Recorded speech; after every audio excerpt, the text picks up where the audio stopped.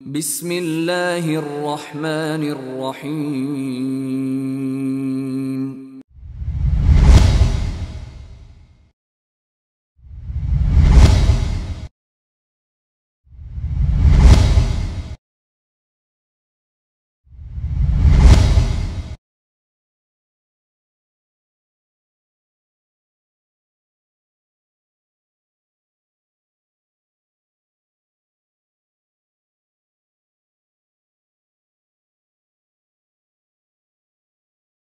إن الحمد لله نحمده ونستعينه ونستغفره ونعوذ بالله من شرور أنفسنا وسيئات أعمالنا من يهده الله فلا مضل له ومن يضلل فلا هادي له وأشهد أن لا إله إلا الله وحده لا شريك له وأشهد أن محمدًا عبده ورسوله يا أيها الذين آمنوا اتقوا الله حق تقاته ولا تموتن إلا وأنتم مسلمون يا أيها الناس اتقوا ربكم الذي خلقكم من نفس واحدة وخلق منها زوجها وبث منهما رجالا كثيرا ونساء واتقوا الله الذي تساءلون به والأرحام إن الله كان عليكم رقيبا يا أيها الذين آمنوا اتقوا الله وقولوا قولا سديدا يصلح لكم أعمالكم ويغفر لكم ذنوبكم ومن يطع الله ورسوله فقد فاز فوزا عظيما أما بعد فإن أصدق الحديث كتاب الله وخير الهدي هدي محمد صلى الله عليه وسلم وشر الأمور محدثاتها وكل محدثة بدعة وكل بدعة ضلالة وكل ضلالة في النار فأعوذ بالله السميع العليم من الشيطان الرجيم من همزه ونفخه ونفثه اليوم أكملت لكم دينكم وأتممت عليكم نعمتي ورضيت لكم الإسلام دينا۔ محترم بزرگوں، اسلامی بھائیوں اور ملت کے نوجوان ساتھیوں اور پیارے بچوں، اللہ رب العالمین کا ہم تمام مسلمان جس قدر بھی شکر کریں وہ ادا نہیں ہو سکتا۔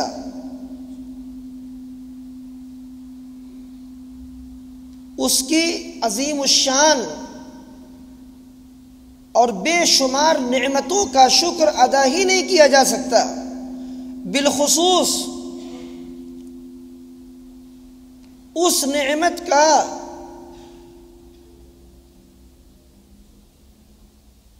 جس کی توفیق اس رب جلیل نے ہم تمام کو دی، اور وہ ہے نعمت اسلام۔ دین اسلام دنیا کا سب سے عظیم، سب سے جامع، سب سے کامل ترین دین۔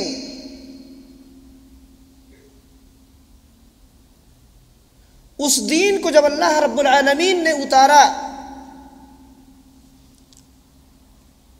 اور اس کا سلسلہ انبیاء کرام علیہم الصلاۃ کے ساتھ جاری رہا، اخیر میں اللہ تعالیٰ نے رسول عربی محمد مصطفیٰ صلی اللہ علیہ وسلم کو آخری رسالت کے لیے چن لیا، اور آپ پر اللہ تعالیٰ نے اپنی سب سے عظیم کتاب قرآن مجید اتاری،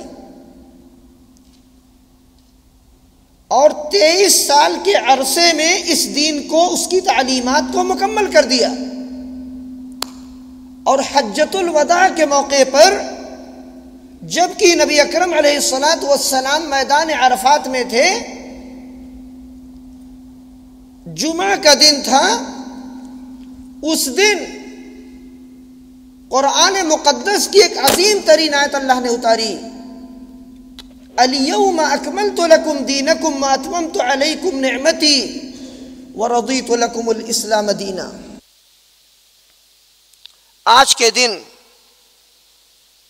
آپ لوگوں کی اس مبارک مجلس میں جو اللہ رب العالمین کے ایک گھر میں منعقد ہوئی ہے، اس مجلس میں اس دین کی چند خصوصیات کی طرف مختصراً اشارہ کرنا چاہ رہا ہوں، اور ان خصوصیات کے اشارے کے بعد اس بات کی وضاحت کہ جب ہمارا یہ دین مکمل ہے تو اس میں کسی اضافے کی ضرورت نہیں باقی بچی، لہذا ہر بدعت گمراہی ہے اور ہر گمراہی کا ٹھکانہ جہنم ہے۔ تو بدعات کی مذمت قرآن و حدیث اور سلف کے اقوال میں کیا ہے، کچھ اس کا بیان، اور پھر اس کے بعد بدعات کے مفاسد کیا ہیں، نقصانات کیا ہیں، ان کی طرف کچھ اشارہ، اور ان کے بعد بدعات کتنی اقسام کی ہوتی ہیں، بعض ان اقسام کا بیان اور کچھ مثالیں اور کچھ شبہات کا ازالہ۔ اگر اس کے بعد کچھ وقت رہا تو انشاءاللہ آپ لوگوں کے کچھ سوالات کے جوابات بھی یہاں پر دیے جانے کی کوشش کی جائے گی باذن اللہ۔ تو سب سے پہلے ہم آتے ہیں کہ دین اسلام کے فضائل اور خصائص کو جانتے ہیں مختصراً۔ سب سے پہلی بات اس تعلق سے یہ ہے کہ ہمارا یہ دین ایک جامع ترین دین ہے۔ کیا مراد ہے اس سے مراد یہ ہے کہ دنیا اور آخرت کے جتنے بھی مسائل ہیں ان تمام کا بیان ہمارے دین میں موجود ہے۔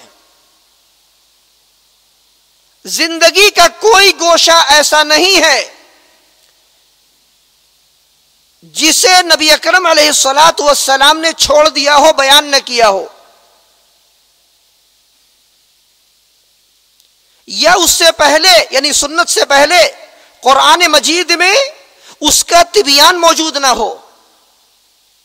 تمام کے تمام مسائل، کیا وہ خاندانی ہو، عدالتوں کے مسائل ہوں، حکومت اور سیاست کے احکام ہوں،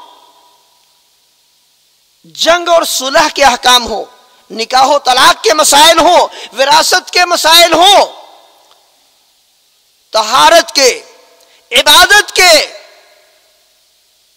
صوم، حج، نماز، عبادات کی جتنی اقسام ہیں سب کا بیان ہماری شریعت میں، کیا عقائد، کیا مسائل، کیا احکام، کیا مواعظ اور کیا وعد اور وعید، کیا دنیا کے مسائل اور کیا آخرت کے مسائل، سب کی وضاحت اس دین میں موجود ہے الحمدللہ۔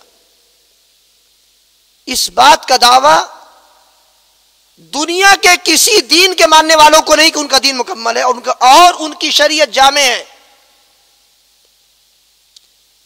اس بات کا دعویٰ صرف مسلمانوں کو ہے الحمدللہ کہ ہماری شریعت ایک جامع ترین شریعت ہے، اور ہماری شریعت جامع ہونے کے ساتھ ساتھ ایک آسان شریعت ہے، اس پر عمل کرنے میں کوئی مشقت نہیں ہے۔ ہماری شریعت کے احکام مخلوقات کی گردن پر بوجھ کی طرح نہیں ہے۔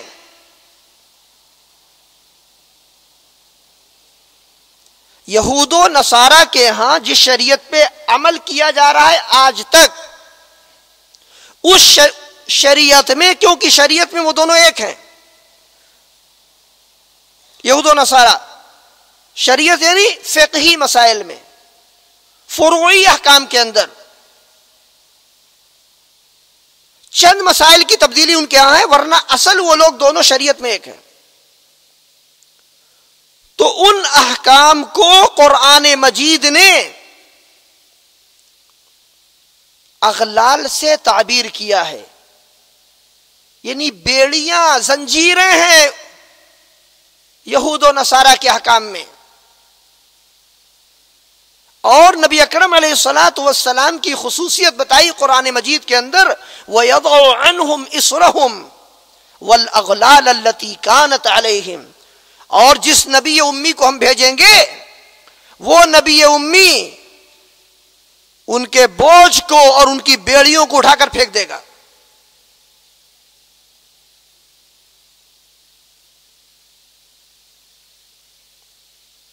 شریعت کے جتنے احکام ہیں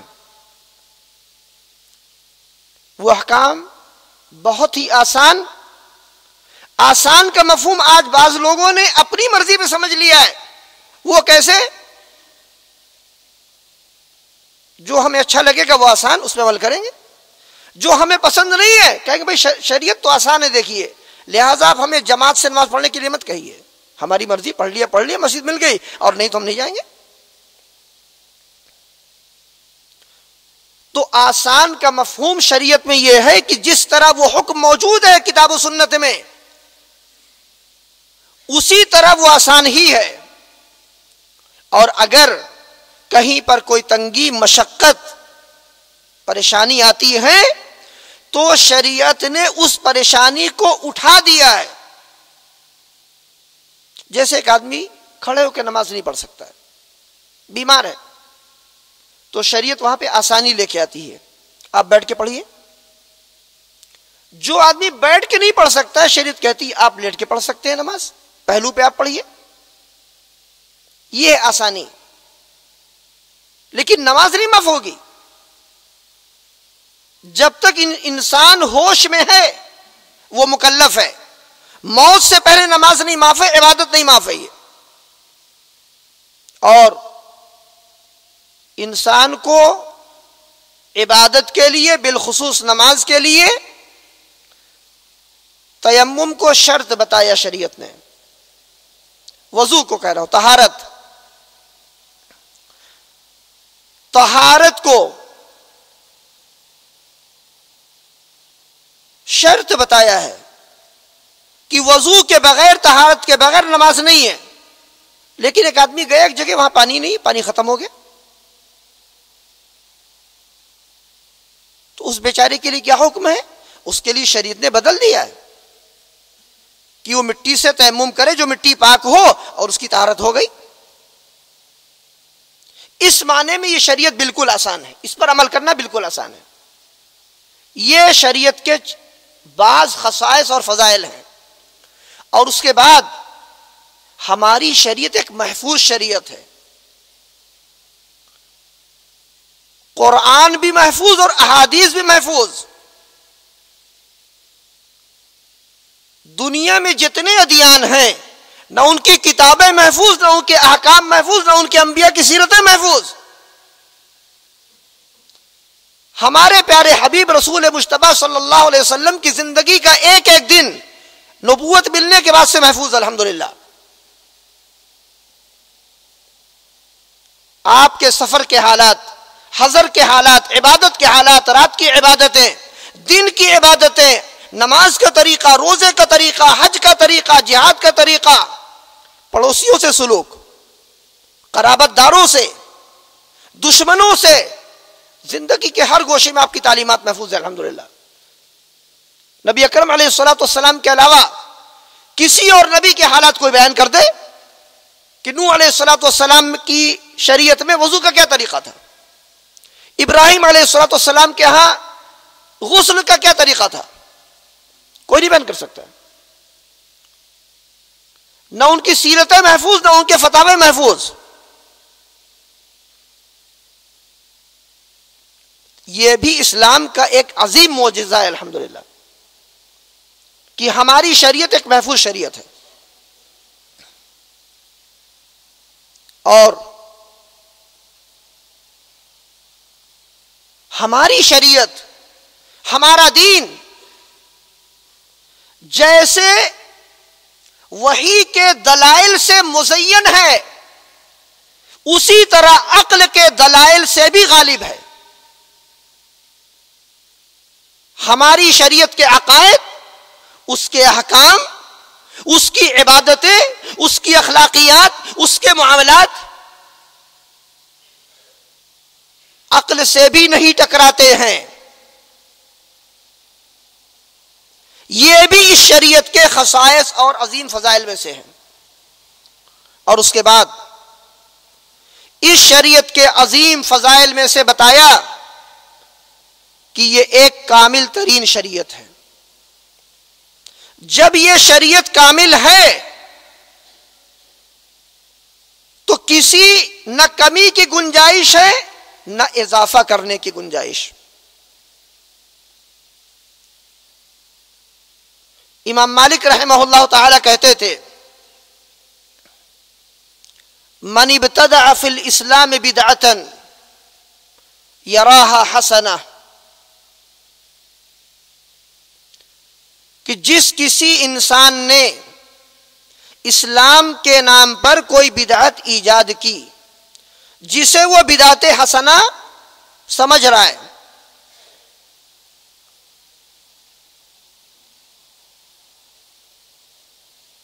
فقد زعم ان محمدا صلی اللہ علیہ وسلم خان الرسالہ. وہ کہتے ہیں کہ اس انسان نے اس بات کا دعویٰ کر دیا کہ نعوذ باللہ محمد صلی اللہ علیہ وسلم نے رسالت میں خیانت کی ہے. کیوں کہ اللہ تعالیٰ نے فرمایا الیوم اکملت لکم دینکم واتممت علیکم نعمتی ورضیت لکم الاسلام دینا. ترجمہ آیت کا میں کر چکا ہوں لہٰذا میں نے اشارہ کر دیا، کافی سمجھیے آپ لوگ. دین مکمل ہو چکا بتایا. فرماتے ہیں آگے فما كان يومئذ دینا یکون اليوم دینا وما لم يكن يومئذ دینا لا يكون اليوم دینا. تو جو بھی عمل نبی اکرم علیہ الصلوۃ والسلام کے سامنے آپ کی موجودگی میں دین کا حصہ تھا وہ آج بھی دین ہوگا. اور اس دن جو عمل، جو عبادت دین کا حصہ نہیں تھی وہ نہ آج دین کا حصہ بن پائے گی نہ قیامت تک.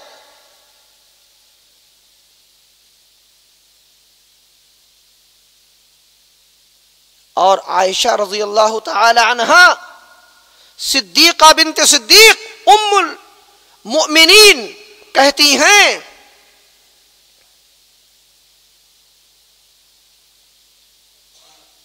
من زعم ان محمدا صلی اللہ علیہ وسلم کتم شیئا، جس کسی نے اس بات کا دعویٰ کیا کہ محمد صلی اللہ علیہ وسلم نے اس شریعت میں سے کچھ چھپا لیا جو اللہ نے آپ پہ اتاری، فقد اعظم علی اللہ الفریہ، تو اس نے اللہ تعالی پر بڑا بہتان باندھا ہے. کیوں کہتی ہے وہ؟ اس لیے کہ اللہ تعالی نے فرمایا یا ایھا الرسول بلغ ما انزل الیک من ربک، اے پیغمبر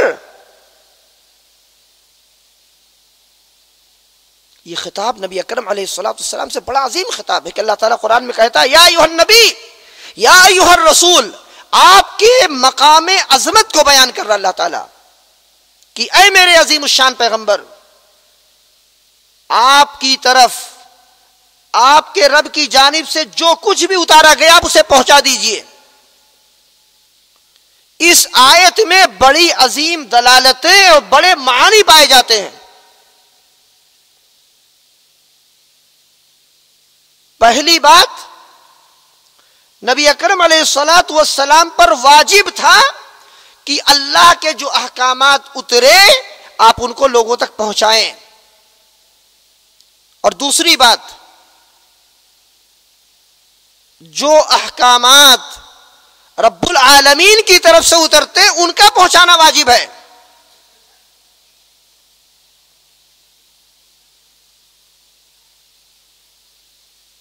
آج بہت سے فرقوں نے کیا سمجھ لیا ہے کہ دیکھیے بھائی پہنچانا بتایا گیا ہے، پہنچانے کے لیے کیا لفظ استعمال کیا گیا اس آیت کریمہ میں؟ بلغ، اور یہ بنا ہے تبلیغ سے، پہنچا دینا.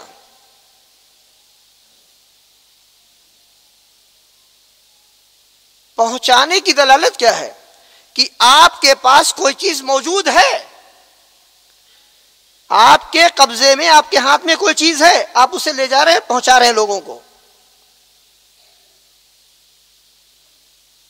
تو جس شریعت کو لوگ پہنچانا چاہتے ہیں اس کا علم سیکھیں، اس کو اپنے سینے میں سمیٹیں، تب تو پہنچائیں گے. جس علم کو لوگ خود نہیں جانتے اور ان سے کہا جا رہا ہے پہنچا دیجئے، بس دیکھیے پہنچا دیجئے، آپ کا کام ہے تبلیغ کر دینا. کیا پہنچائیں گے آپ؟ آپ کے پاس عقائد کا، شریعت کے مسائل کا علم ہوگا، کہتے نہیں فضائل پہنچا دیجئے. اچھا فضائل بلا دلائل، مسائل بلا دلائل، یہ دین ہے؟ اللہ تعالیٰ اپنے پیغمبر صلی اللہ علیہ وسلم سے کہہ رہا ہے کہ بلغ ما انزل الیک من ربک، کہ آپ کی طرف آپ کے رب کی جانب سے جو اتارا گیا اسے آپ کو پہنچانا ہے.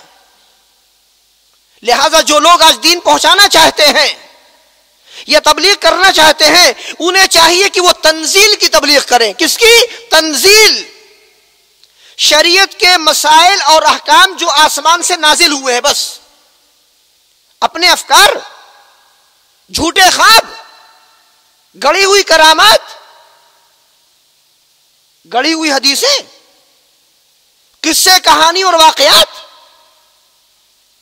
یہ تو دین کا حصہ نہیں کہ کہانی لوگوں نے گڑھ لی اور اس کو دین کے نام پہ پہنچا رہے ہیں. مقصود کلام یہ کہ نبی اکرم علیہ الصلوۃ والسلام پر جو دین اللہ تعالیٰ نے اتارا وہ ایک کامل ترین دین، اور اس دین کو آپ نے پہنچا دیا.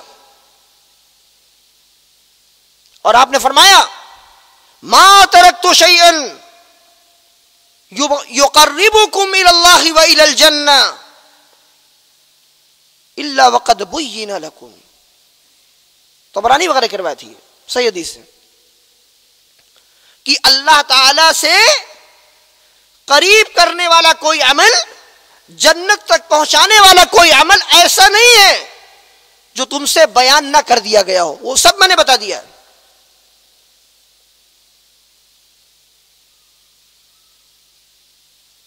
وما ترکت شیئا، اور کوئی عمل میں نے نہیں چھوڑا، یبعدکم عن اللہ ویقربکم من النار الا وقد حذرتکم منه، او کما قال صلی اللہ علیہ وسلم.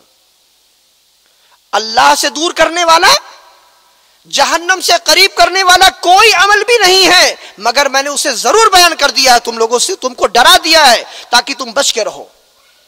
تو سب کچھ آپ نے بتا دیا. اور آپ نے فرمایا وَأَيْمُ اللَّهِ لَقَدْ تَرَكْتُكُمْ عَلَى مِثْلِ الْبَيْضَاءِ لَيْلُهَا كَنَهَارِهَا لَا يَزِيغُ عَنْهَا إِلَّا هَالِكٌ. قسم کھائی آپ نے کہ اللہ کی قسم،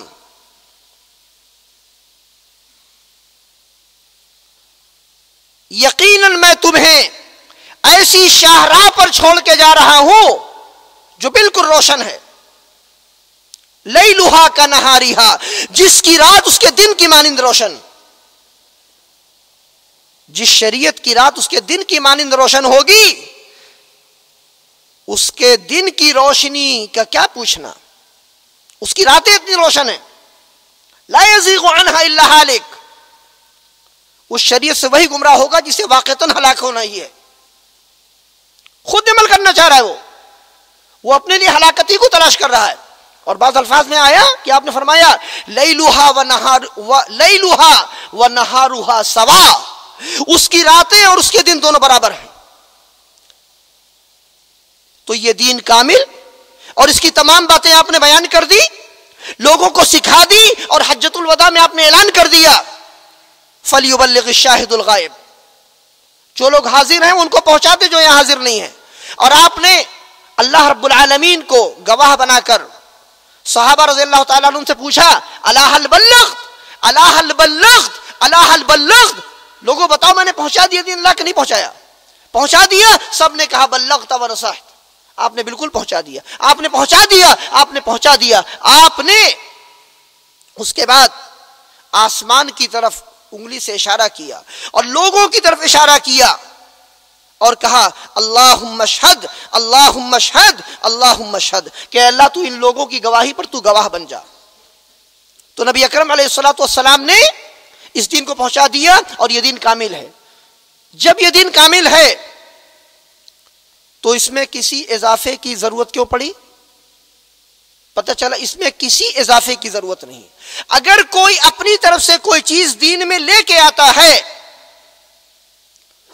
عبادت کے تصور سے، اجر و ثواب کے تصور سے کرتا ہے، یا اسے رائج کرتا ہے، تو وہ ایک مذموم عمل ہے، وہ استدراک ہے اللہ تعالی پر اور نبی امی صلی اللہ علیہ وسلم پر.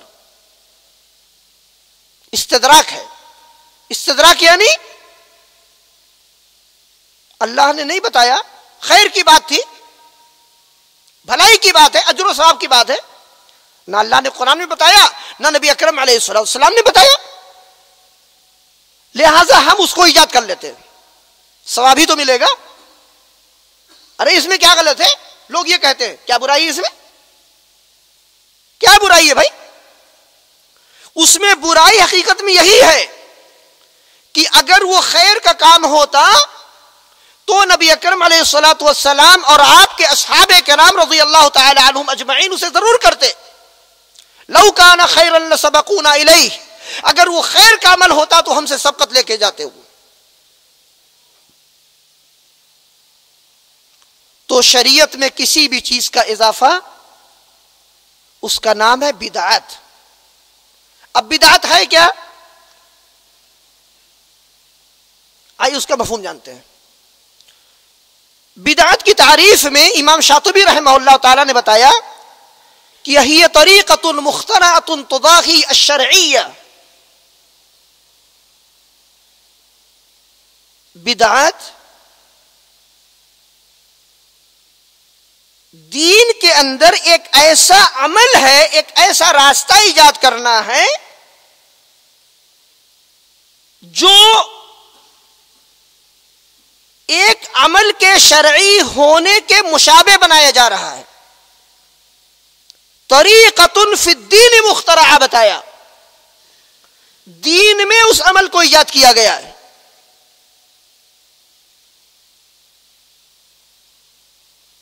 اور اس عمل کو شریعت کا لباس پہنایا جا رہا ہے کہ آپ یہ کام کر لیں گے تو آپ کو اجر و ثواب ملے گا. تو دین میں ایجاد کرنا، آج لوگ کہتے ہیں ارے بھائی یہ لائٹ وغیرہ بھی تو ایجاد کی گئی ہے، اسے آپ لوگ مسجد میں استعمال کرتے ہیں، تو یہ بھی بدعت، اور یہ لائٹ بھی بدعت، اور اسپیکر بھی بدعت، سب ایجاد کیا گیا ہے نا. جہاز پر سفر کرنا حج کرنے کے لیے، عمرہ کرنے کے لیے بدعت، کیونکہ نبی صلی اللہ علیہ وسلم کیا نہیں. نبی اکرم علیہ السلام نے کبھی نہیں کیا سفر، نہ گاڑی سے کیا، نہ جہاز سے کیا، نہ ٹرین سے آپ نے کیا. اور حج کرنے آپ جا رہے ہیں باقاعدہ جہاز سے، کہہ رہے ہیں دیکھیے بدعت ہے. اسے آپ لوگ صحیح مانتے ہیں کیسے؟ تو جو بدعت کی تعریف اسے ہم یاد رکھیں. دین میں ایک نیا طریقہ ایجاد کرنا، دنیا کے معاملات میں نہیں. عمارت بنانے کا طریقہ، کتابوں کو چھاپنے کا طریقہ، گاڑیاں ایجاد کرنا، مسجدوں میں پنکھا لگا لینا، مسجدوں میں اے سی لگا دینا، لائٹیں لگانا، لائٹ مسجد میں اس لیے تھوڑی لگائی جاتی، کوئی یہ نیت کرتا ہے کہ ہم لائٹ جلا کے پڑھیں گے تو بہت زیادہ ثواب ملے گا نماز کا، اور لائٹ بند کر دیں گے تو زیادہ ثواب نہیں ملے گا۔ نہ کوئی یہ سمجھتا ہے کہ ہم جہاز سے حج کرنے جائیں گے تو زیادہ ثواب ملے گا، یا جہاز ہی سے جائیں گے تو حج ہوگا ورنہ نہیں ہوگا۔ اس عقیدے اور تصور سے کوئی حج کرنے جہاز سے نہیں جاتا، ایک وسیلہ ہے وہاں تک پہنچنے کا۔ شریعت نے سواری اور وہاں پہنچنے کو استطاعت میں ذکر کیا ہے، اس میں توشہ اور سواری کا ذکر ہے شریعت کے اندر اور تفاسیر وغیرہ میں، لیکن وہ حج کے اعمال اور ارکان میں سے نہیں ہے، اور نہ اس عبادت کی نیت سے کوئی کرنے کے لیے جاتا ہے۔ اس کے بعد بتایا کہ دین میں ایک نیا طریقہ ایجاد کیا جائے اور اس کو شرعی لبادہ پہنا دیا جائے، یقصد بها المبالغۃ فی التعبد للہ عز وجل، اس عمل کے ذریعے اللہ تعالی کا تقرب حاصل کرنے میں مبالغہ مقصود ہو، قربت الہی کی نیت ہو کہ ہم اس عمل سے اللہ تعالیٰ کو خوش کریں گے، کہ مسجد میں ہم اسپیکر لگا کر کے نماز پڑھیں گے یا امام قرات کرے گا یا اذان دے گا تو ہمیں اور زیادہ ثواب ملے گا، اور اس اذان سے اچھی اذان ہوگی یا زیادہ کار ثواب والی اذان ہوگی جو اسپیکر میں ہم دیں گے۔ یہ تصور کر کے اگر کوئی اسپیکر سے اذان دے گا تو عمل بدعت کا کہلائے گا۔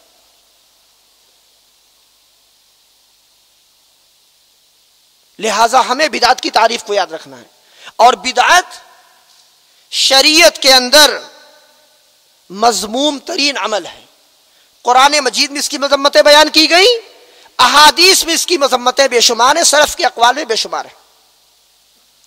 اللہ تعالیٰ نے قرآن مجید میں فرمایا وَأَنَّ هَذَا صِرَاطِي مُسْتَقِيمًا فَاتَّبِعُوهُ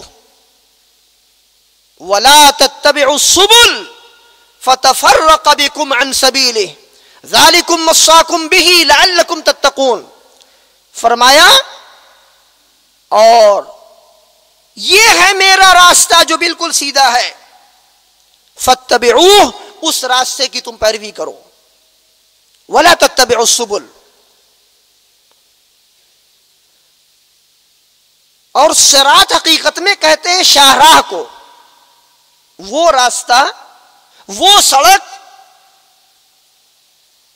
جو بالکل سیدھی بھی ہو اور کشادہ بھی ہو، اس پر چلنے میں نہ مشقت ہو اور نہ بھیڑ بھاڑ کی وجہ سے آپ کو پریشانی ہو، کشادہ بھی ہو اور سیدھا بھی ہو۔ اور باقی جو راستے، گلیاں، چھوٹی چھوٹی سڑکیں ہوتی ہیں ان کے لیے کہا جاتا ہے سبل۔ سبیل کی جمع ہے، سبیل آپ کہتے ہیں فی سبیل اللہ، اللہ کے راستے میں گئے، اس کی جمع ہے سبل۔ تو اللہ تعالیٰ نے کہا اور یہ میرا راستہ ہے بالکل سیدھا، اس کی پیروی کرو، اور جو چھوٹے راستے ہیں ان کی پیروی مت کرو، فَتَفَرَّقَ بِكُمْ عَنْ سَبِيلِهِ۔ تو یہ چھوٹے چھوٹے راستے اللہ کے راستے سے تمہیں متفرق کر دیں گے، فرقوں میں ڈال دیں گے، گمراہ کر دیں گے تمہیں، تم ٹکڑیوں میں بٹ جاؤ گے۔ ذالکم وصاکم بہ، اللہ تعالیٰ نے تمہیں اس بات کی سخت تاکید کی ہے کہ تم صراط مستقیم کی پابندی کرو، اور یہ کرو گے تو کیا ہوگا؟ لعلکم تتقون ہو جائے گا، تاکہ تم متقی بن سکو۔ معلوم یہ ہوا کہ ایک بدعتی آدمی جو صراط مستقیم پہ نہیں چلتا اور بدعات کے ذریعے سے نماز، روزہ، حج، عبادت، تہجد، قربانی، صدقات و خیرات کر رہا ہے، وہ متقی نہیں بن سکتا، کیونکہ اللہ رب العالمین نے ساری مخلوقات میں اپنے سب سے محبوب ترین بندے کو چن لیا اور کہہ دیا کہ میں اپنی تمام پسندیدہ باتیں اس محبوب کو سکھا رہا ہوں، جو اس کی بات مان لے گا، اس کے طریقے پہ چلے گا، جنت میں نے اسی کے لیے تیار کی ہے، اور جو اس کے راستے پہ نہیں چلے گا میں اسے جہنم کی دہکتی ہوئی آگ میں ڈال دوں گا. سنیے آپ قرآن مجید. اللہ رب العالمین نے فرمایا قل ان کنتم تحبون اللہ فاتبعونی یحببکم اللہ ویغفر لکم ذنوبکم. آپ کہہ دیجئے کہ اگر تم اللہ سے محبت کا دعویٰ رکھتے ہو تو میری پیروی کرو. پیروی کس کی؟ نبی اکرم علیہ الصلوۃ والسلام کی. اور جب یہ کرو گے تو تمہیں دو عظیم برکتیں ملیں گی. یحببکم اللہ, اللہ تم سے محبت کرے گا اور وہ تمہارے گناہوں کو معاف کر دے گا, اور وہ بہت زیادہ بخشنے والا اور رحیم ہے. تو نبی اکرم علیہ الصلوۃ والسلام کی پیروی یہ ہے معیار اللہ کی محبت کا. جس کے دل میں اللہ کی محبت ہے وہ نبی اکرم علیہ الصلوۃ والسلام کی پیروی کرے. یہ آیت کریمہ بتا رہی ہے. رسول مجتبی صلی اللہ علیہ وسلم نے کیا فرمایا؟ آپ نے فرمایا کل امتی یدخلون الجنت الا من ابا, کہ میری امت کے تمام افراد جنت میں داخل ہوں گے مگر وہ جس نے انکار کیا یا جو انکار کرے. صحابہ نے کہا قالوا ومن یابا یا رسول اللہ, اے اللہ کے رسول انکار کرے گا کون؟ امتی بھی اور انکار بھی کر رہا ہے. حیرت کی بات یہ ہے, آپ نے کیا فرمایا؟ من اطاعنی دخل الجنہ ومن عصانی فقد ابا. صحیح بخاری کی حدیث ہے. جس نے میری اطاعت کی وہ جنت میں چلا جائے گا, اور جس نے میری نافرمانی کی اسی نے انکار کیا. اب اس کا ٹھکانہ کہاں ہوگا وہ سمجھ لے. اس کے لیے الگ سے سرٹیفکیٹ کی ضرورت نہیں ہے. تو اللہ رب العالمین نے بتایا کہ میں نے اپنے سب سے محبوب ترین پیغمبر کو تمہاری طرف بھیج دیا ہے اور اعلان کر دیا ہے لقد کان لکم فی رسول اللہ اسوۃ حسنہ. تمہیں بہترین نمونہ چاہیے, جنت میں لے جانے والا راستہ چاہیے. راستہ کون بتائے گا؟ جو راہبر ہے وہی بتائے گا. ہر آدمی سے آپ راستہ پوچھیں گے بھٹک جائے گا انسان, راستہ ہی ڈھونڈتے رہ جائیں گے. زندگی ایک مرتبہ ملتی ہے, ایک موقع ہم لوگوں کے لیے. اس ایک موقع کو ہم اگر گوا دیں گے تو آپ جان لیجئے کہ اپنے آپ کو انسان نے برباد کر دیا. یہ امتحان اور اس کا رزلٹ ایک ہی مرتبہ ہے, دوبارہ چانس نہیں ہے. کوئی بات نہیں, یہ امتحان نہیں دے پائے نا, اگلی بار شریک ہو جائیں گے. ایک بار پیدا ہوئے اور بھٹکتے رہے, دوبارہ پیدا ہوں گے پھر راستہ جان جائیں گے, ایسا نہیں ہے. اسی لیے سلف میں سے بعض لوگوں نے کہا بڑی عبادت اور بڑی اطاعت کرتے تھے نبی اکرم علیہ السلام. ان سے کہا گیا اتنی مشقت کیوں کرتے ہیں آپ؟ کہنے لگے انما ہی نفس واحدہ, کہا میری ایک ہی جان ہے, مجھے ڈر ہے کہیں یہ بھی ضائع نہ ہو جائے, برباد نہ ہو جائے. اس کو میں بچا کے سنبھال رہا ہوں اور اسی کی کامیابی کے لیے محنت مشقت کر رہا ہوں. تو ہم لوگوں کے لیے ایک موقع ہے, اور اللہ تعالیٰ نے سب سے محبوب ترین رسول اور اپنی امت پر سب سے زیادہ شفیق, مہربان, رحیم, ودود, ناصح اور امین پیغمبر کو بھیج دیا ہے. لقد جاءکم رسول من انفسکم عزیز علیہ ما عنتم حریص علیکم بالمؤمنین رؤوف الرحیم. اللہ تعالیٰ کہہ رہا ہے لقد, یہ قسم ہے قرآن مجید کی, اللہ کا فرمان ہے قسم کے ساتھ. لقد جاءکم رسول من انفسکم, یقیناً تمہارے پاس ایک بہت عظیم الشان پیغمبر آ چکا ہے جو تمہارے اپنے نفوس میں سے ہے. عزیز علیہ ما عنتم, تمہاری مشقتیں اس نبی پہ شاق گزرتی ہیں. حریص علیکم، وہ تمہارے لیے بہت ہی زیادہ خیر خواہ ہے، تمہاری بھلائی کا متلاشی، بالمؤمنین رؤوف الرحیم، ایمان والوں پہ بہت ہی شفیق اور بہت مہربان ہے وہ رسول۔ فَإِن تَوَلَّوْا، اتنا عظیم رسول پائیں اور اس کے بعد کہہ دیں نہیں ہمیں یہ رسول پسند نہیں، اس کی تعلیمات دو، کوئی بات نہیں، عمل کر لیں گے، سنت ہی ہے، اور بھی طریقے ایجاد کرنے کے ان پہ بھی عمل کر لیں گے۔ فَإِن تَوَلَّوْا، تو اگر یہ لوگ اعراض کر لیں، قرآن کہتا ہے فَقُلْ حَسْبِيَ اللَّهُ لَا إِلَٰهَ إِلَّا هُوَ، آپ کہہ دیجئے کہ میرے لیے اللہ کافی ہے، عَلَيْهِ تَوَكَّلْتُ وَهُوَ رَبُّ الْعَرْشِ الْعَظِيمِ، اسی پر میں نے توکل کیا ہے اور وہ عرش عظیم کا پروردگار ہے۔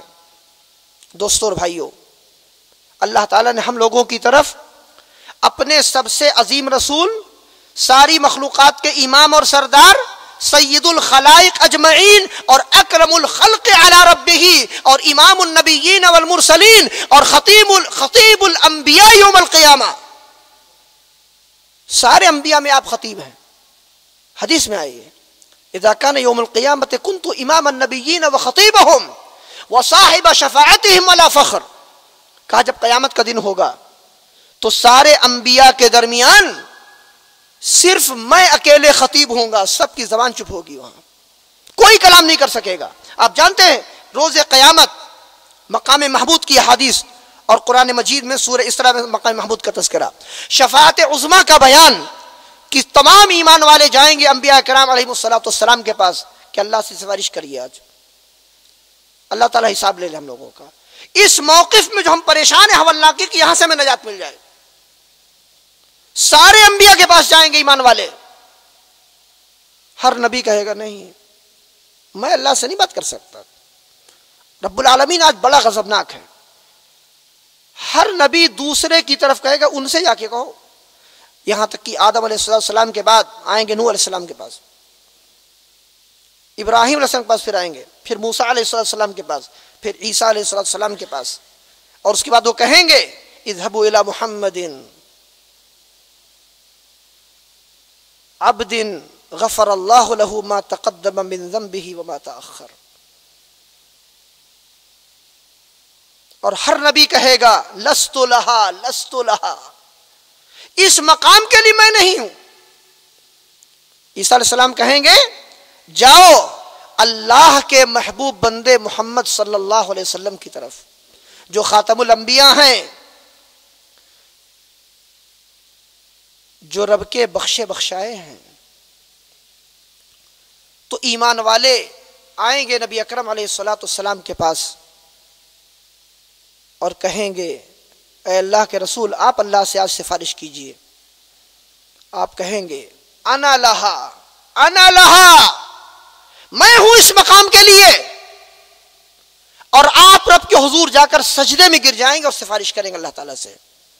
رب العالمین کہے گا یا محمد ارفع رأسک سل تعطى واشفع تشفع، اے محمد سر اٹھائیے، مانگیے جو مانگیں گے وہ دیا جائے گا آپ کو، آپ کی مراد پوری کی جائے گی، آپ کی سفارش قبول کی جائے گی۔ مقصود کلام یہ کہ نبی اکرم علیہ السلام ساری مخلوقات کے امام اور سارے انبیاء علیہ السلام اور تمام فرشتوں کے درمیان وہی سردار، وہی امام، وہی پیشوا ہے۔ تو اتنا عظیم الشان پیغمبر ہمیں ملے، ہم اس کے امتی بنے اور اس نبی کی تعلیمات ہمارے پاس محفوظ رہیں کتاب و سنت کی شکل میں، اور بعد میں مسلمان آئے اور وہ نئی نئی بدعات پہ عمل کرے اور کہیں اس میں کیا حرج ہے؟ اگر نبی صلی اللہ علیہ وسلم نہیں کیا، قرآن سے نہیں ثابت ہے، حدیث سے نہیں ثابت ہے، تو کیا حرج ہے کرنے میں؟ بدعتیوں کی یہی دلیل ہے، یہی ان کے شبہات بنیادی طور پر۔ تو بدعات کی مذمت سے قرآن بھرا ہوا ہے۔ اللہ تعالیٰ نے فرمایا ایک مقام پر ام لہم شرکاء شرعوا لہم من الدین ما لم یأذن بہ اللہ، کیا ان کے شرکاء ہیں؟ اللہ کے ساجیدار ہیں کیا؟ جو چاہیں گے دین میں ایجاد کر لیں گے اپنی مرضی سے۔ بدعتیوں کے لیے خطرناک آیت ہے یہ۔ آج کیا ہوا؟ لوگوں نے نئے نئے طریقے ایجاد کر لیے اجر و ثواب کے نام پر، اجر و ثواب حاصل کرنے کے لیے دین کے نام پر، اور کہنے لگے کیا دین کی اسی شکل پہ عمل کریں گے؟ 1400 سال سے پرانی باتیں ہو گئی، کچھ ڈیولپمنٹ آنا چاہیے نا. دنیا کہاں سے کہاں چلی گئی، اور آپ لوگ کہتے ہیں وہی کتاب و سنت، وہی قرآن و حدیث، وہی قرآن و حدیث اور وہی سلف کے اقوال.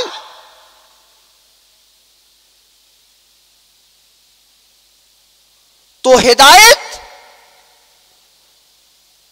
صرف کتاب و سنت ہی میں ہے مسلمانوں کے لیے، اور نجات بھی ساری مخلوقات کے لیے کتاب و سنت کی پیروی میں ہے. وَأَنزَلَ اللَّهُ عَلَيْكَ الْكِتَابَ وَالْحِكْمَةَ وَعَلَّمَكَ مَا لَمْ تَكُنْ تَعْلَمْ وَكَانَ فَضْلُ اللَّهِ عَلَيْكَ عَظِيمًا. قرآن مجید کہتا ہے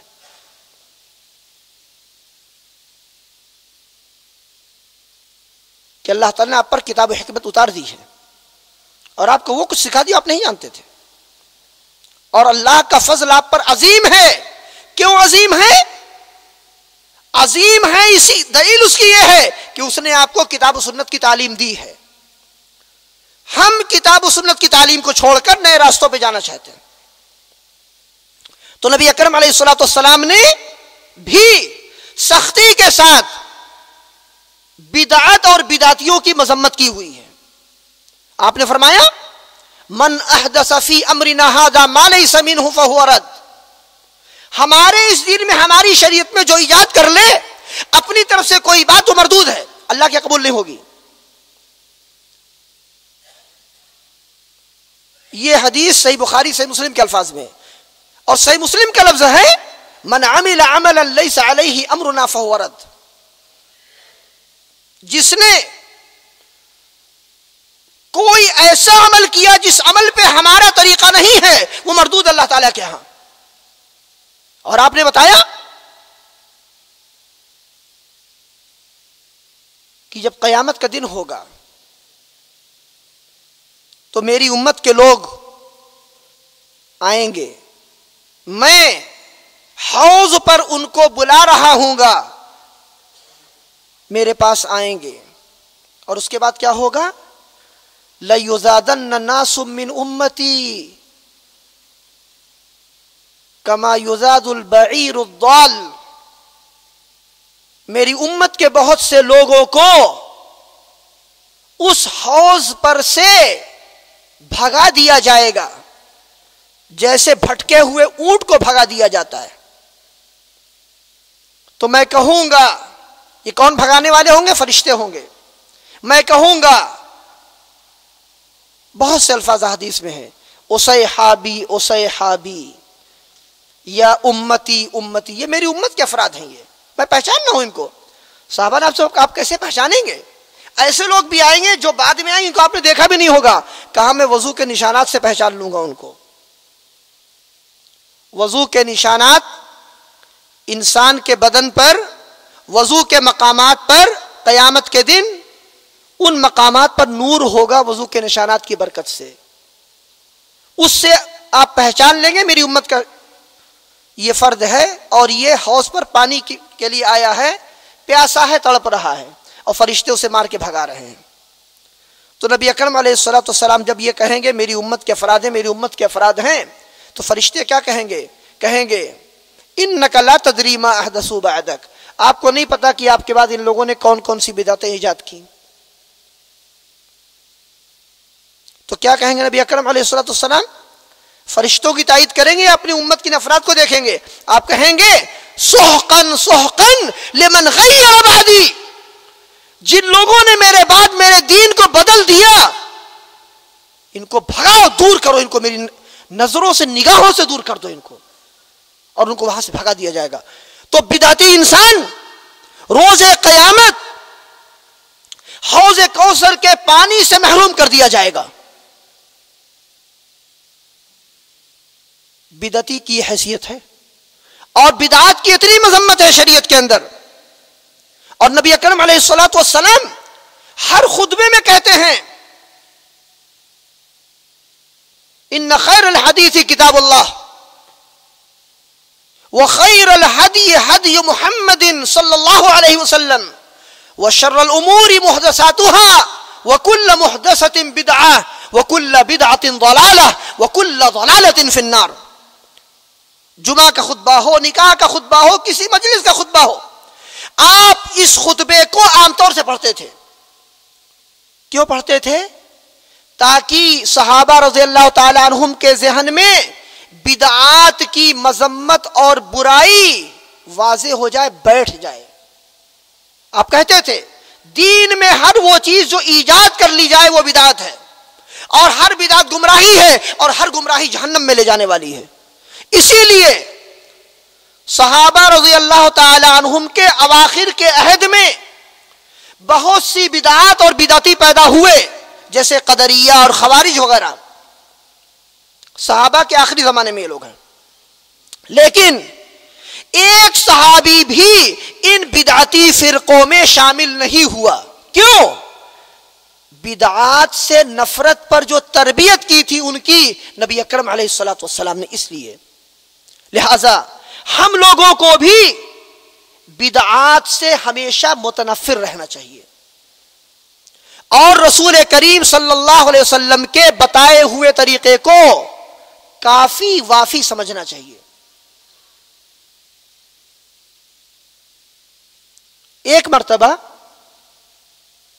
حضرت معاویہ رضی اللہ تعالی عنہ کعبہ کا طواف کر رہے تھے، اور وہیں پہ عبداللہ بن عباس رضی اللہ تعالی عنہما بھی تھے. تو معاویہ رضی اللہ تعالی عنہما نے کیا کیا؟ کعبہ کے جو ارکان ہیں چاروں کونے، 1 2 3 اور 4،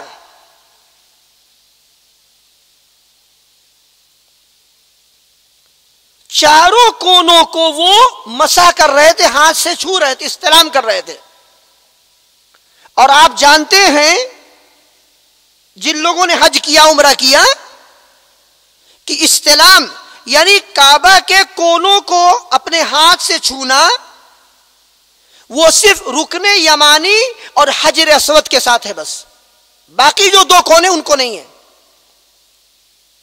تو عبداللہ بن عباس رضی اللہ تعالی عنہما نے معاویہ رضی اللہ تعالی عنہما کو منع کیا، کہا لا تفعل، کیسا مت کیجیے، آپ غلط ہے، یہ صحیح نہیں ہے. وہ کہنے لگے لیس شیء من البیت مہجورا، بیت اللہ کا کوئی بھی کونا متروک نہیں کیا جائے گا. دلیل زبردست ہے. دیکھیے دلیل تو ابلیس بھی دیا کرتا تھا. اللہ تعالیٰ نے اس سے کہا کہ میں نے جب تجھے سجدے کے لیے کہا آدم کو تو نے سجدہ کیوں نہیں کیا؟ ما لک الا تکون مع الساجدین، سجدے والوں کے ساتھ شامل کیوں نہیں ہوا؟ اس نے کہا، کئی باتیں اس نے کہیں. قال انا خیر منہ خلقتنی من نار وخلقتہ من طین، تو نے مجھے پیدا کیا آگ سے اور اس کو پیدا کیا مٹی سے، اور میں اس سے افضل ہوں.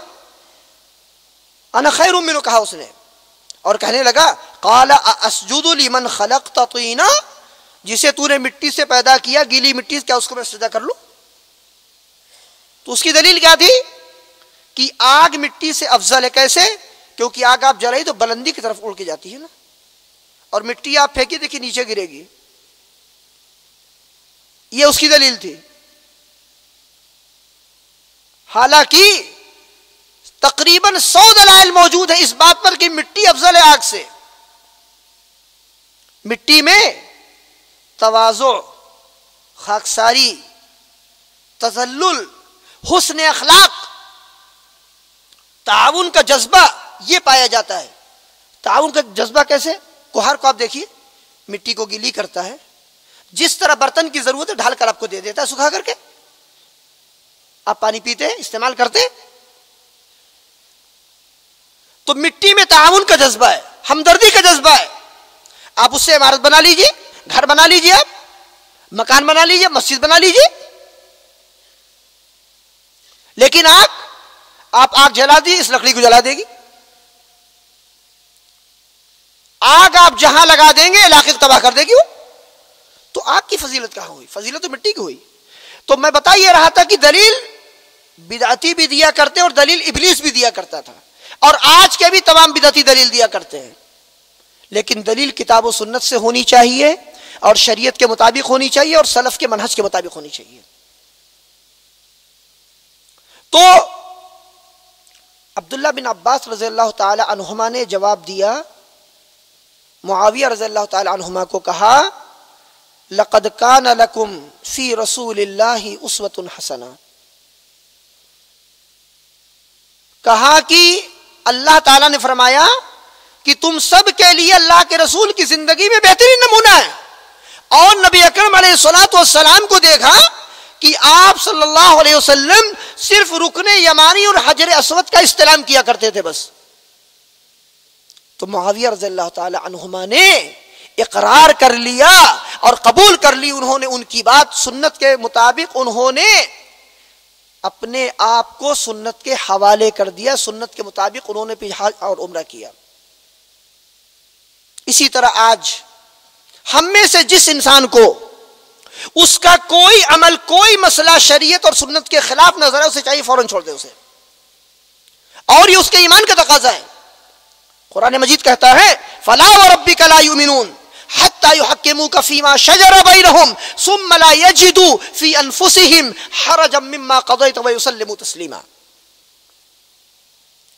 یہ قرآن مجید میں موجود سب سے عظیم قسم ہے. یہ اس سے بڑی کوئی قسم نہیں جو اللہ نے قرآن میں کھائی ہو. فَلَا وَرَبِّكَ لَا يُؤْمِنُونَ، نہیں، آپ کے پروردگار کی قسم، ہرگز یہ لوگ ایمان نہیں لا سکتے، ان کا ایمان مکمل نہیں ہو سکتا یہاں تک کہ یہ آپ کو حکم بنا لے اپنے تمام اختلافات کے اندر. اور اس کے بعد ثم لا يجدوا في انفسهم حرجا مما قضيت، پھر آپ کے فیصلے کے متعلق ان کے دلوں میں کوئی تنگی باقی نہ بچے. وَيُسَلِّمُوا تَسْلِيمًا، اور سارے تسلیم ہم بھی کر دیں، تسلیم بھی کر لیں، مان بھی لیں. یہ ایمان کا تقاضا ہے، مطالبہ ہے ہم لوگوں سے. اگر مسلمان آج اس آیت پہ عمل کر لیں کتنے اختلافات ختم ہو جائیں گے. تمام مسائل کو کتاب و سنت کی طرف لوٹائے اور جو بات کتاب و سنت اور سلف کے طریقے پہ ثابت ہو اس کو مانتے چلے جائیں.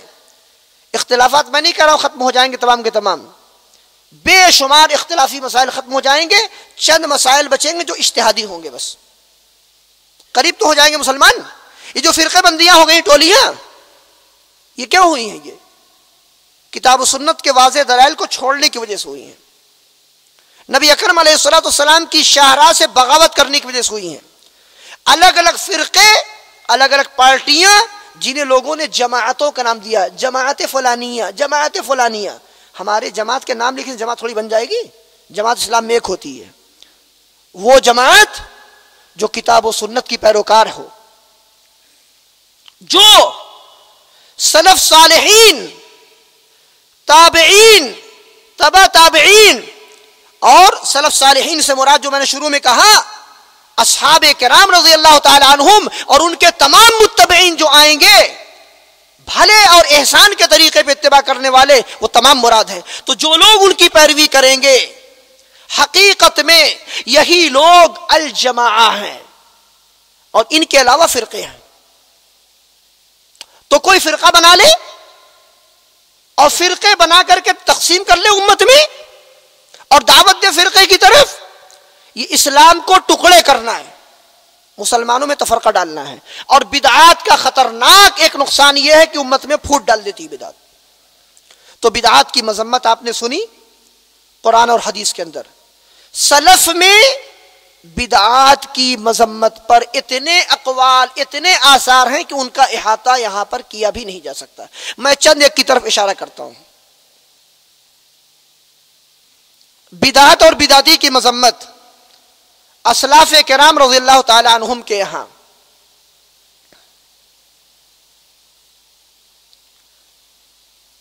ایوب سختیانی اور حسن بصری رحمت اللہ علیہما دونوں تابعین ہیں. وہ کہتے ہیں لا تجالسوا اصحاب الاہواء، بدعتیوں کی صحبت مت اختیار کرو، ان کے ساتھ نہ بیٹھا کرو. مجھے ڈر ہے ان یغمسوکم فی ضلالتہم، ڈر ہے ہے ہمیں اس بات کا کہ وہ اپنی گمراہی میں تم کو ڈبا دیں گے. اور سلف میں بے شمار لوگوں نے یہ بات کہی، من وقر صاحب بدعت فقد اعان على هدم الاسلام. جس نے بدعتی کی توقیر کی اس نے اسلام کے منہدم کرنے پر مدد کی ہے. تو بدعتی مسلمانوں کے معاشرے میں محترم نہیں ہونا چاہیے. ابن سیرین رحمت اللہ علیہ، ان کے بارے میں آیا کہ 2 بدعتی ان کے پاس سے گزرے اور انہوں نے کہا وہ آپ سے ایک مسئلے پر ہم بات کرنا چاہ رہے ہیں. کہا میں نہیں کروں گا. ان کے شاگرد بیٹھے ہوئے تھے. اس کے بعد پھر کہا ان دونوں نے وہ ایک آیت کی تفسیر ہم آپ سے پوچھنا چاہ رہے ہیں، اس کا معنی بھی آپ کو بتانا چاہ رہے ہیں. کہا مجھے نہیں چاہیے. بدعتی آدمی سے میں دین سیکھوں گا؟ نہیں. سلف میں بدعتی سے کوئی دین نہیں سیکھتا تھا. وہ آج ہو گیا زمانہ شر القرون والا کہ بدعتیوں کو امام بنا لیا گیا اور ان سے دین سیکھا جا رہا ہے. اور یہ قیامت کی خطرناک نشانیوں میں سے ہے. نبی اکرم علیہ الصلوۃ والسلام نے فرمایا ان من اشراط الساعۃ ان یلتمس العلم عند الاصاغر. قیامت کی خطرناک نشانیوں میں سے یہ ہے کہ علم کو تلاش کیا جائے چھوٹے لوگوں کے پاس. عبداللہ بن مبارک رحمہ اللہ کہتے ہیں کہ اصاغر سے مراد ہے اہل البدع. جو بدعتی لوگ ہیں وہ ہیں اصاغر امت کے اندر، چھوٹے لوگ ہیں وہ. اور اس کے بعد وہ جو 2 بدعتی آئے تھے ابن سیرین رحمہ اللہ جو تابعی ہیں ان کے پاس، ان دونوں نے کہا اچھا ہم آپ کو ایک آیت پڑھ کے سنانا چاہ رہے ہیں. انہوں نے کہا مجھے تم سے قرآن بھی نہیں سننا ہے. آپ دیکھیے بدعتیوں سے کتنی نفرت کی تعلیم ہے سلف کے ہاں. قرآن بھی تم سے نہیں سننا ہمیں. وہ کہنے لگے ہم آپ سے ایک کلمہ کہیں گے، ایک لفظ کہیں گے بس. کہا ولا نصف کلمہ، آدھا لفظ بھی تم کو میں نہیں کہنے دوں گا، تم یہاں سے چلے جاؤ بس. جب وہ دونوں چلے گئے تو ان کے شاگردوں نے کہا ارے وہ قرآن کا کوئی معنی کسی آیت کا بتا رہے تھے، کیا ہر رشتہ سن لیتے آپ؟ کوئی آیت پڑھ رہے تھے، آپ نے کہا مجھے وہ بھی نہیں سننا. سن لیتے آپ وہ آیت. کہنے لگے مجھے ڈر ہوا کہ وہ ایک آیت پڑھیں گے فیحرفانھا، اس کی تحریف کر دیں گے اور وہ بات میرے دل میں بیٹھ جائے گی. اور سلف میں ایک اور بات کہی جاتی تھی القلوب ضعیفہ والشبہ خطافہ، کہ دل ہمارے کمزور ہیں اور یہ شبہات، اعتراضات اور جھوٹے جو دلائل کے نام پہ پیش کیے جاتے ہیں، کہا کہ وہ دلوں کو اچک لیتے ہیں تو انسان گمراہ ہو جاتا ہے، گمراہی اس کے دل میں بیٹھ جاتی ہے. ابن تیمیہ رحمہ اللہ تعالیٰ نے اپنے شاگرد رشید علامہ ابن قیم رحمہ اللہ تعالیٰ سے ایک بڑی عظیم مثال بیان کی. شاگرد کہنے لگے استاد سے کہ شیخ مجھے جو ہے بدعتیوں کی میں کتابیں پڑھتا ہوں یا ان کے ساتھ کبھی ملاقات ہوتی ہے تو ان کی باتیں میرے دل میں بیٹھ جاتی ہیں. کہا اس کی ایک مثال میں تم کو دے رہا ہوں. کہا کہ اپنے دل کو اسفنج کی طرح مت بنا لو.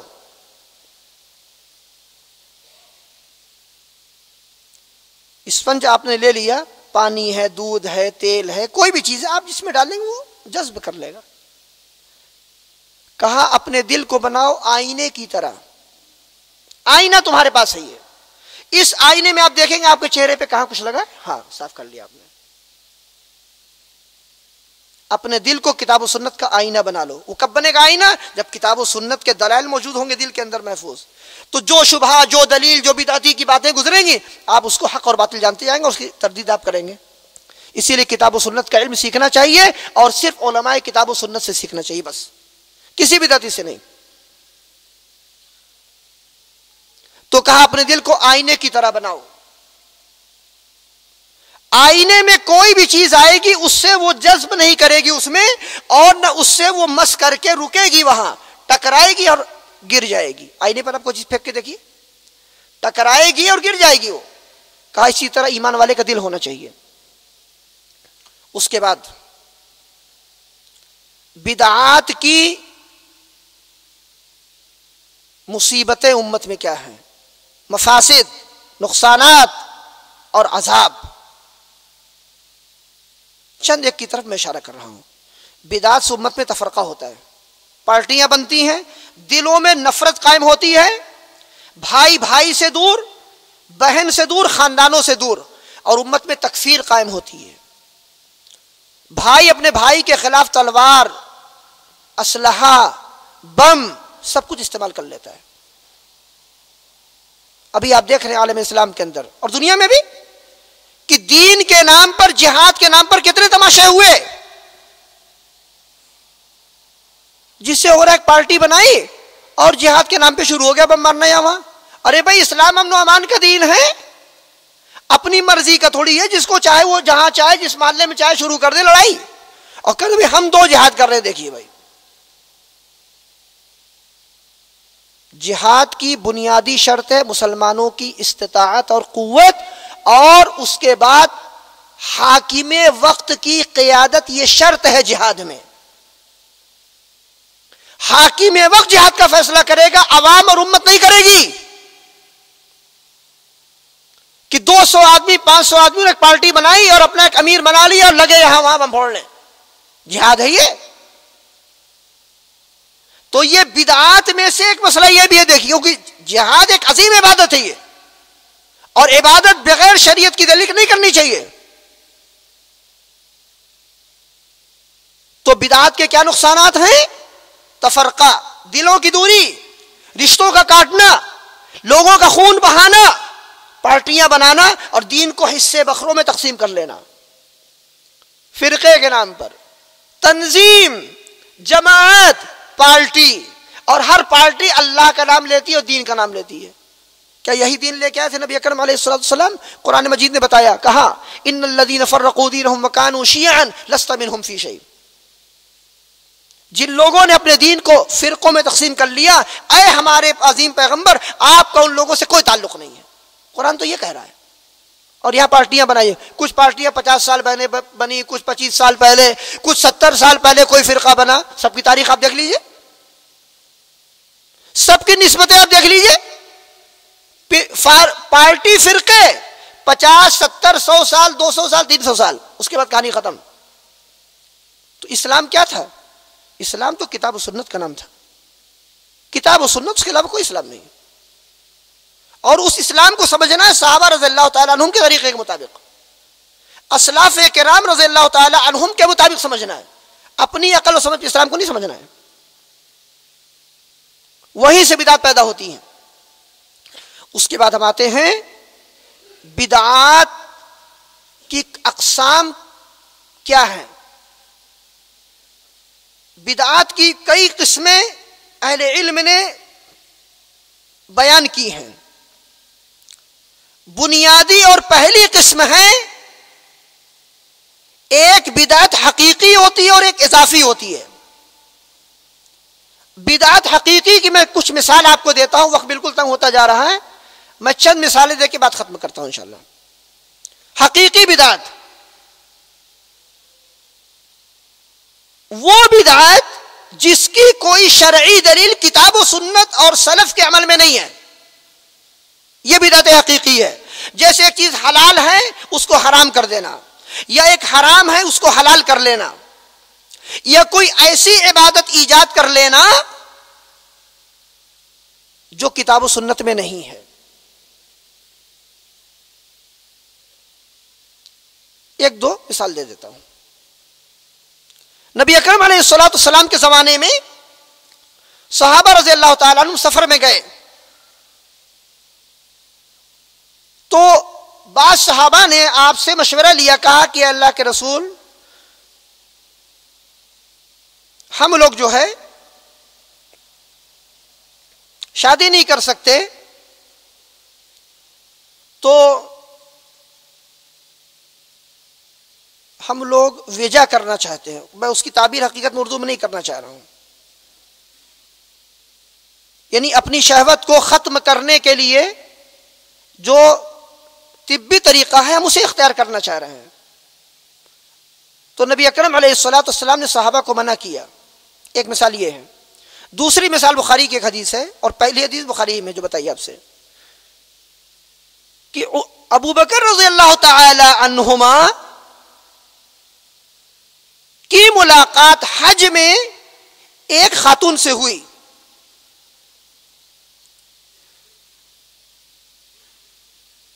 اس خاتون کے بارے میں ان کو بتایا گیا کہ اس نے حج کرنے کی نیت کی ہے, نظر مانی کہ بات نہیں کرے گی پورے حج میں کسی سے, یہ خاموشی کا حج, کسی سے پانگ نہیں مانگنا, کھانا ضرورت, قافلے میں خیمے میں نہیں, کچھ بھی نہیں بات کرنی ہے مجھے, جس نے دے دیا ٹھیک ہے, نہیں تو میرا کام چلے گا ویسے ہی. انہوں نے اس کو منع کیا, کہا یہ دین میں سے نہیں جو تم کر رہی ہو, حج کرو عبادت ہے لیکن اس طریقے پہ کرنا بدعت ہے. اس عورت نے پوچھا آپ کون ہیں؟ انہوں نے کیا کہا, امرؤ من المہاجرین, میں مہاجرین میں سے ایک فرد ہوں, میں ابو بکر صدیق خلیفۃ النبی صلی اللہ علیہ وسلم. نہیں, نام شہرت نہیں چاہیے, میں ایک مسلمان آدمی ہوں. آپ کو میں نے مسئلہ بتا دیا. نام کو چھپانے کا شخصیت کو دبانے کا سلف میں اتنا تصور اور اہتمام تھا. آج کیا ہے, نہیں بھائی ہمارے نام کی تشہیر ہونی چاہیے, بتانا چاہیے لوگوں کو, آپ ہر جگہ بتائیے, کیوں نہیں بتا رہے ہیں؟ سلف کا یہ طریقہ تھا اور آج یہ متاخرین کا طریقہ ہو گیا, الا من رحم ربی. تو اعمال میں اخلاص کا اہتمام کرنا چاہیے, یہ بتانا مقصود ہے میرا بھی. یہ دو مثالیں ہو گئیں.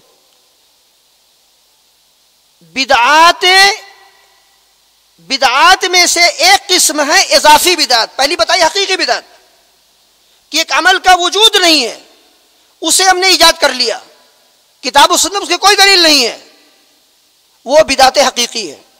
اور بدعت اضافی اس کی اصل بنیاد موجود ہے شریعت کے اندر, ہم نے اس میں ایک طریقہ ایجاد کر لیا, الگ سے بنا لیا تھوڑا سا. کیسے؟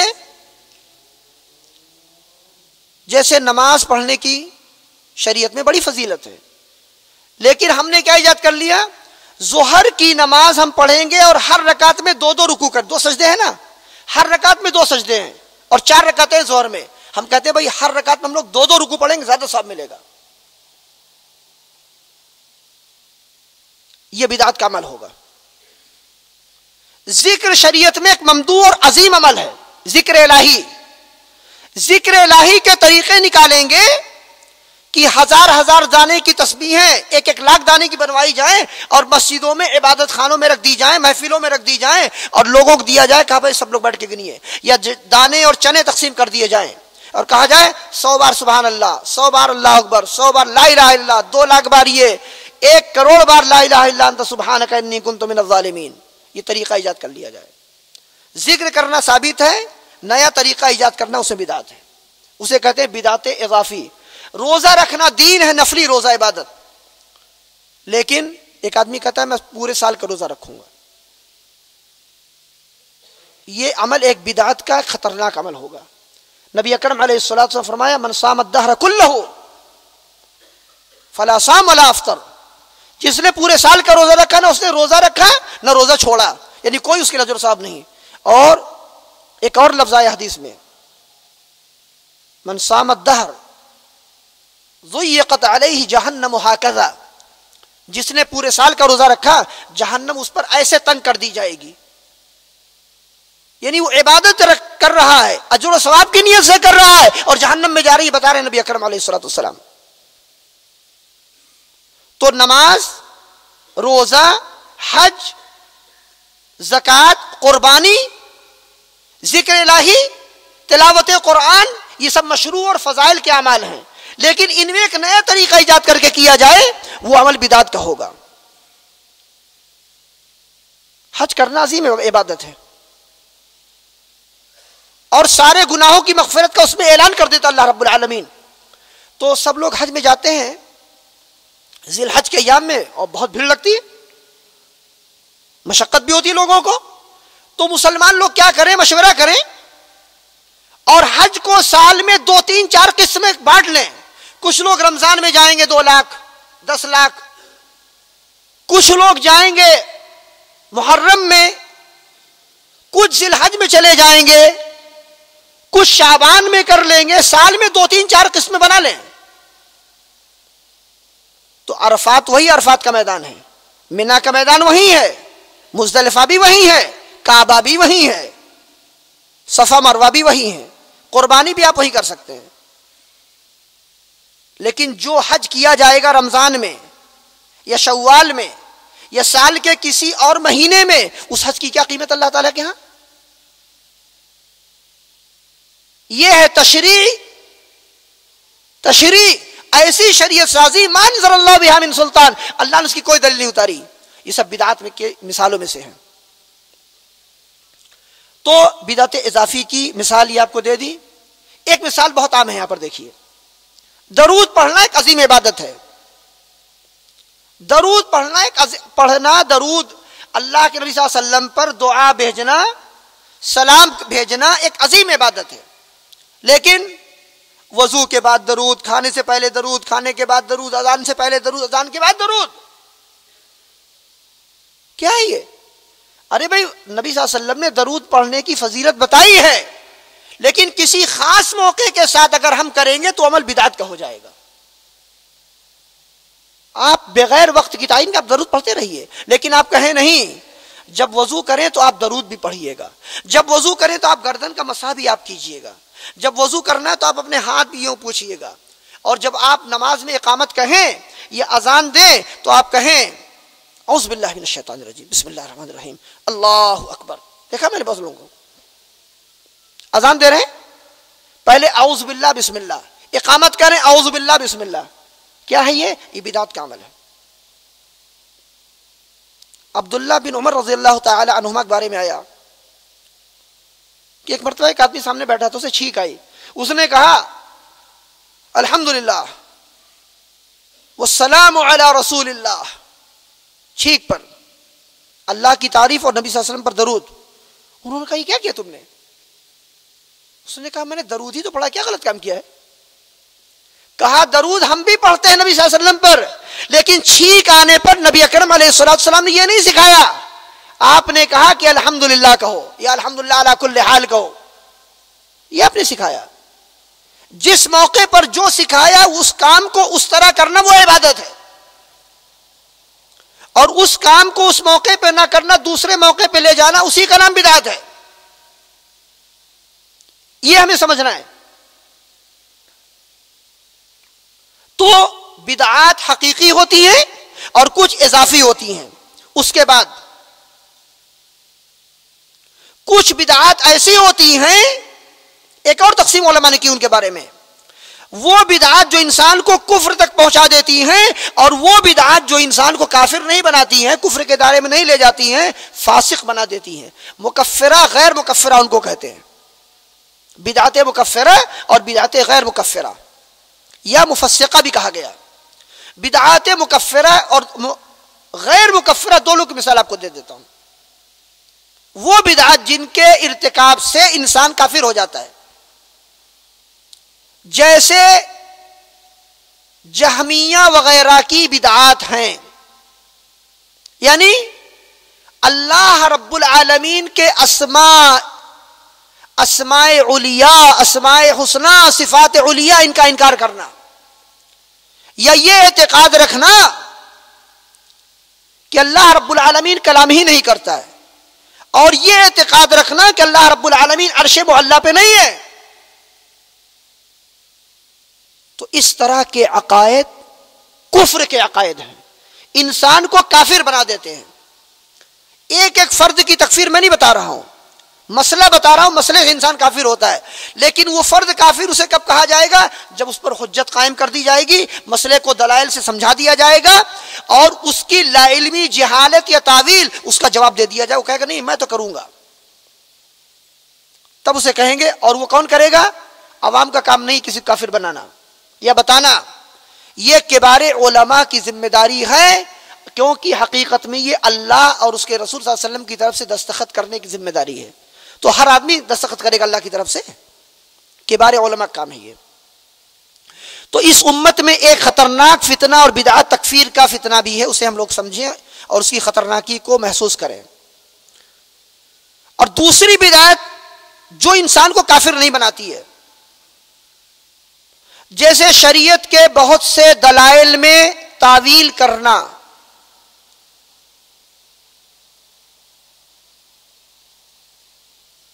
جیسے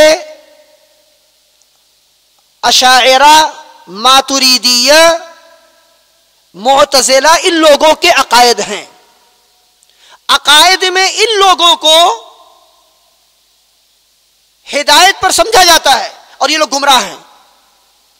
اور امت کا ایک بہت بڑا طبقہ اپنے آپ کو اشعری ماتریدی بھی کہتا ہے ہم لوگوں کیا.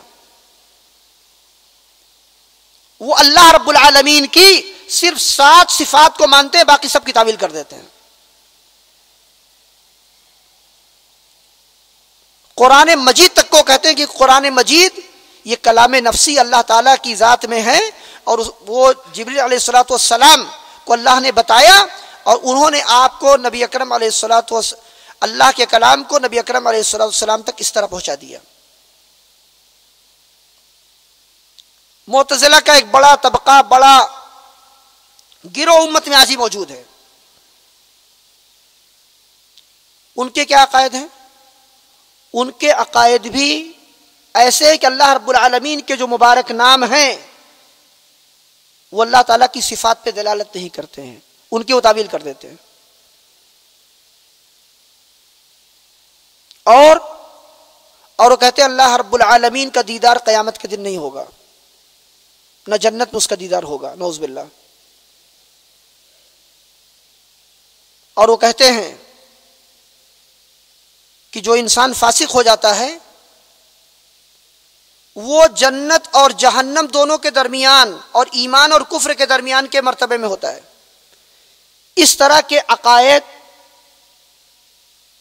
کتاب و سنت کے خلاف ہیں. اور جیسے خوارج کے بہت سے عقائد ہیں، صحابہ رضی اللہ تعالیٰ عنہم کی تکفیر کا مسئلہ، اور وہ انسان جو گناہ کبیرہ کا ارتکاب کرے خوارج کے ہاں وہ ملت اسلام سے خارج ہو جاتا ہے.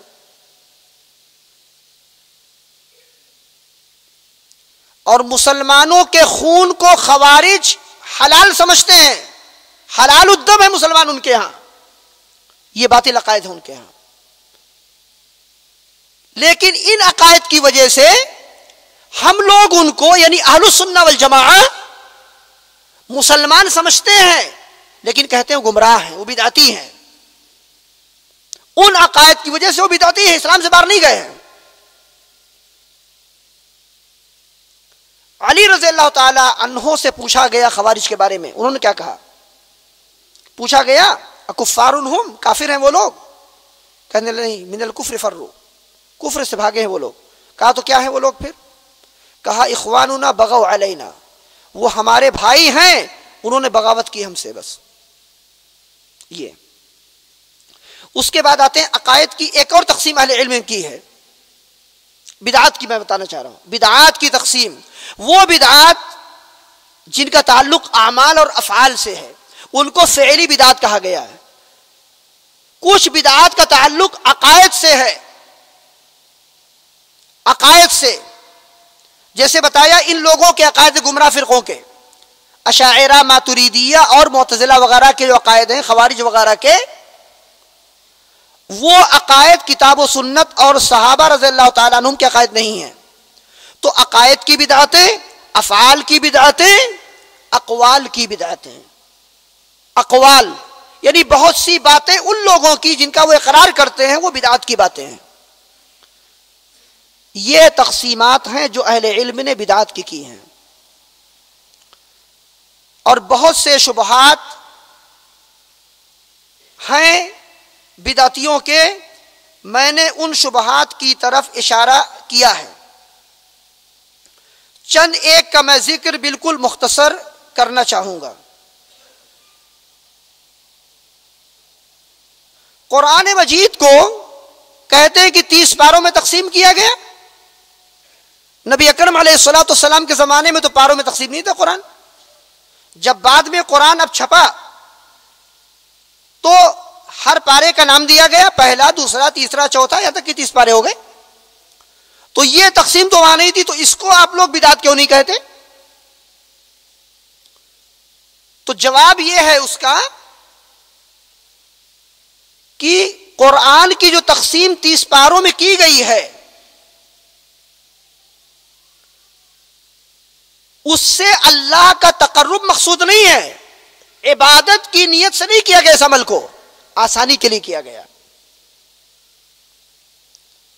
طلباء کو حفظ کرانے کے لیے کہ بھائی 2 پارے کے حافظ ہو گئے ہیں، یہ حافظوں کی سہولت کے لیے، اور اس کے بعد تراویح میں قیام کی تلاوت کی سہولت کے لیے کہ 30 پاروں میں تقسیم کر دیا ہے، آسانی سے ایک ایک پارے کا اندازہ ہو جائے گا، حافظ کو اس طرح وہ تلاوت کر لے گا۔ تو یہ بدعت کا عمل نہیں ہے۔ اس کی مثال بتاتا ہوں، نبی اکرم علیہ السلام کے زمانے میں وہ قرآن مجید جو ہمارے درمیان ایک جلد میں موجود ہے اس طرح موجود نہیں تھا۔ قرآن مجید لکھا ہوا تھا لیکن مختلف اوراق میں کھجور کے پتوں پر اور اونٹوں کی ہڈیوں وغیرہ پہ، لیکن لکھا ہوا موجود تھا، اور اس کے حفاظ ہی بہت تھے۔ ابو بکر رضی اللہ تعالی عنہ کے زمانے میں انہوں نے اور عمر بن خطاب رضی اللہ تعالی عنہ نے مشورہ کیا اور زید بن ثابت رضی اللہ تعالی عنہ کو بلا کر کے یہ بات بتائی اور کہا میں قرآن کو ایک جگہ جمع کر دینا چاہیے۔ تو یہ عمل ایک جگہ جمع والا موجود نہیں تھا، الگ الگ کاپیوں موجود تھا۔ دیکھیے انہی کاپیوں کو ایک جگہ لکھ کر کے ایک جلد بنا دی گئی۔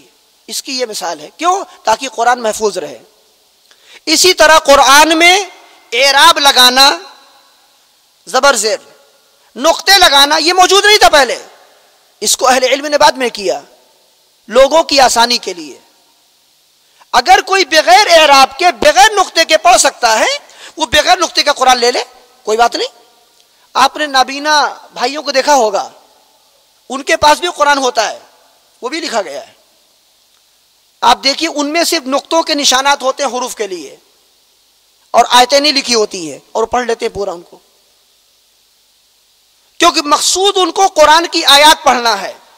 اس طرح لکھنے سے اللہ کی قربت حاصل کرنا، عبادت اور اجر و ثواب یہ مقصود نہیں ہے۔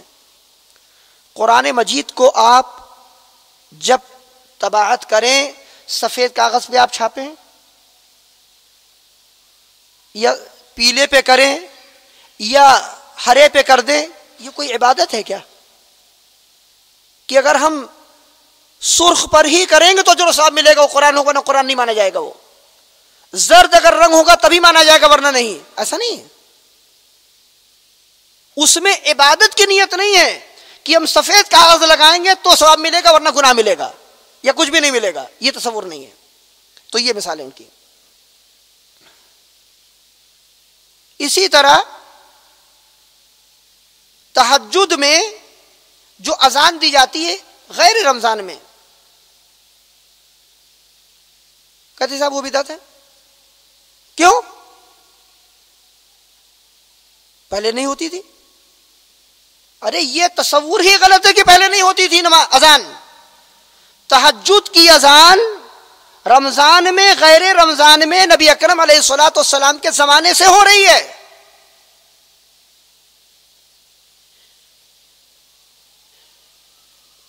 احادیث میں یہ بات ثابت ہے کہ نبی اکرم علیہ الصلوۃ والسلام نے صحابہ رضی اللہ تعالیٰ عنہم سے کہا کہ جب بلال اذان دیں تو تم لوگ ان کی اذان سے دھوکے میں مت آؤ۔ یہ مفہوم ہے حدیث کا۔ حتی یؤذن ابن ام مکتوم، جب ابن ام مکتوم اذان دیں تب تم سحری کھانا چھوڑ دو۔ کیونکہ وہ اذان کب دیتے ہیں؟ نہیں دیتے یہاں تک کہ ان سے کہا جاتا اصبحت اصبحت، اب صبح ہو گئی، فجر صادق داخل ہو گئی۔ تو پتہ چلا دو مؤذن تھے نا، ایک بلال رضی اللہ تعالی عنہ اور ایک عبداللہ بن ابن ام مکتوم۔ اور روزے کا رواج اور قیام اللیل کا عمل صرف رمضان کے ساتھ صحابہ رضی اللہ تعالیٰ عنہم کے زمانے میں اور سلف پہ نہیں تھا، بلکہ پورے سال تھا۔ یہ بات ہمیں یاد رکھنی چاہیے۔ اس کے بعد آج لوگ کہتے ہیں کہ مساجد میں یا دروس وغیرہ کے لیے جو ریکارڈنگ ہوتی ہے ان کو نشر کیا جاتا ہے، ان کو محفوظ رکھا جاتا ہے، یہ بھی تو بدعت کا عمل ہے۔ یہ سب ریکارڈنگ نبی صلی اللہ علیہ وسلم اور صحابہ تو نہیں کرتے تھے نا؟ ہاں بالکل نہیں کرتے، کہتے یہ تو بدعت آپ کر رہے ہیں مسجد کے اندر، تو یہ عمل بدعت کیوں نہیں ہے؟ تو اس کا جواب یہ ہے کہ اس ریکارڈنگ کے کرنے کو عبادت اور قرب الہی کی نیت سے ہم لوگوں نے نہیں شروع کیا ہے، یہ کسی درس کی حفاظت کے لیے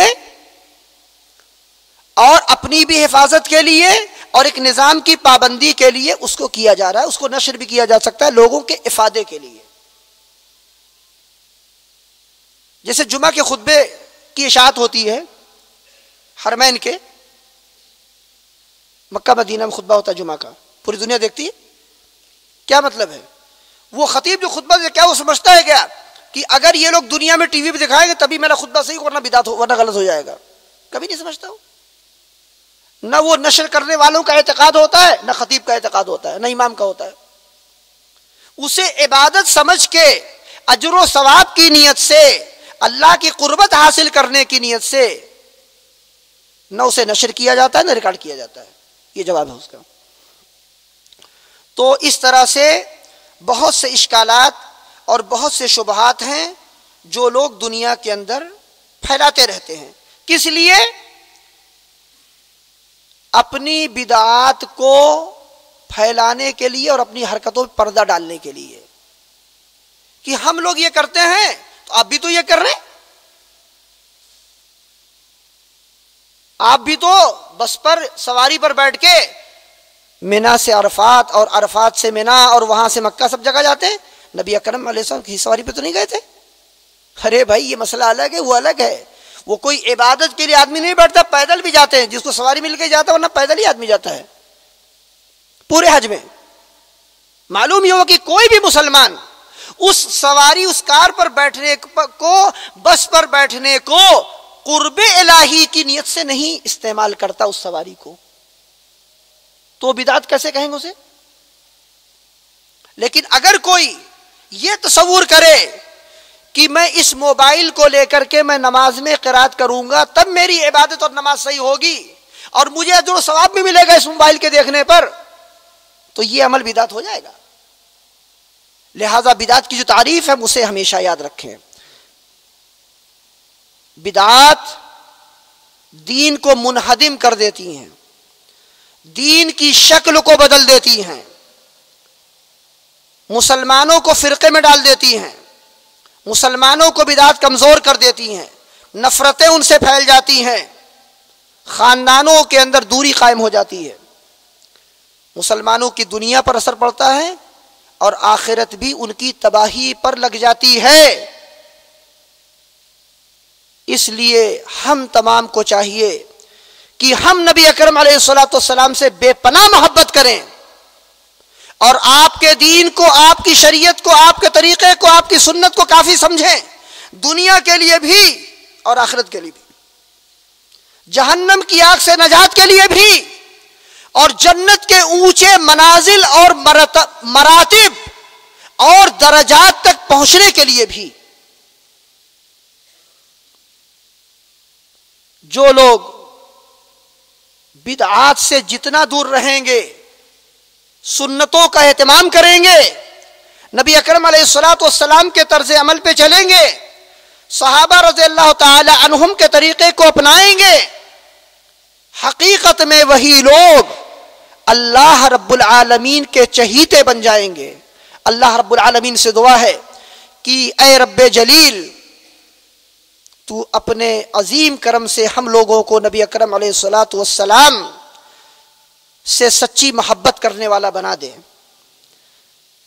آپ کے طریقے کو ہمارے لیے کافی بنا دے، ہمارے دلوں میں آپ کی محبت کو ڈال دے، بے پناہ محبت نبی اکرم علیہ السلام کی ہمارے دلوں میں معمور رہے، آباد رہے، ہماری دنیا بھی اللہ کامیاب کرے اور آخرت بھی، مسلمانوں میں اللہ تعالیٰ اتحاد قائم کرے، محبتیں قائم کرے، نفرتیں اور عداوتیں ہمارے درمیان سے اللہ تعالیٰ ختم کر دے، اور ہم سب کو توفیق دے کہ ہمیں جو یہ زندگی ایک مرتبہ ملی ہے، اس زندگی کو ہم اپنی آخرت کی زندگی کے لیے غنیمت جانیں اور اس کی ہم تیاری کریں. ربنا تقبل منا انك انت السميع العليم وتب علينا انك انت التواب الرحيم وسبحانك اللهم وبحمدك اشهد ان لا اله الا انت استغفرك واتوب اليك وصلى الله وسلم على نبينا محمد وعلى اله وصحبه اجمعين والسلام عليكم ورحمة الله وبركاته.